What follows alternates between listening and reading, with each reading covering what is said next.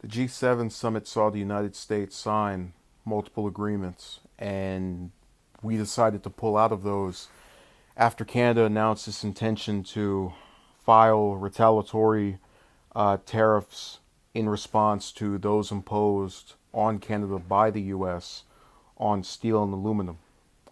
Now, Trudeau, in a press conference a short time ago, stated his disillusion or dissatisfaction with being a consistent ally, or Canada being a consistent ally for the United States, and then being treated in such a way.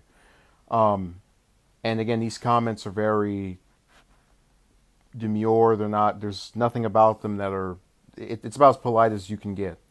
The response by Trump was to call Trudeau meek and mild, and for Peter Navarro, one of Trump's cronies, to say, and I quote, "There's a special place in hell for any foreign leader that engages in bad faith diplomacy with President Donald J. Trump and then tries to stab him in the back on the way out the door." Now, as I just mentioned to you before, Canada is one of the United States' best allies, or just steadfast allies. So the stabbing in the back part is completely false. Now, when he says that, he's referring to the tariffs that Canada wants to, or retaliatory measures that Canada is seeking to impose. But once again, Canada only did this after the United States imposed its own measures on Canada.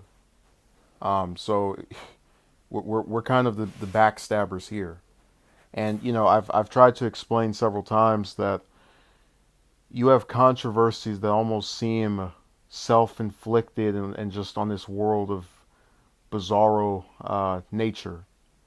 You have a country that backs you, you know, just throughout all these different conflicts, and your decision is to start a trade war, and then try to paint them as the creators of this conflict, in spite of the fact that anyone can go and look this information up and figure out, after a quick Google search, no, we started this with them.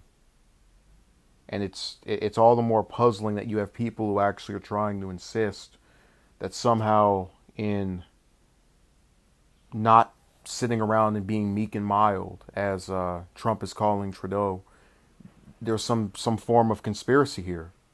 Again, if you're a leader of a country and you see yours as your imports are being attacked by another leader out of nowhere, will you sit there and sit on your hands and not do anything? So I think Trudeau is absolutely correct. It saddens me that the U.S. is going to seemingly have a trade war with Canada, and it's really frustrating to think that right as the relationship with North Korea starts looking up, here comes the U.S. Getting involved in another conflict that surely will benefit no one other than the hawkish individuals that are whispering all of this stupidity into Trump's ear. So thank you.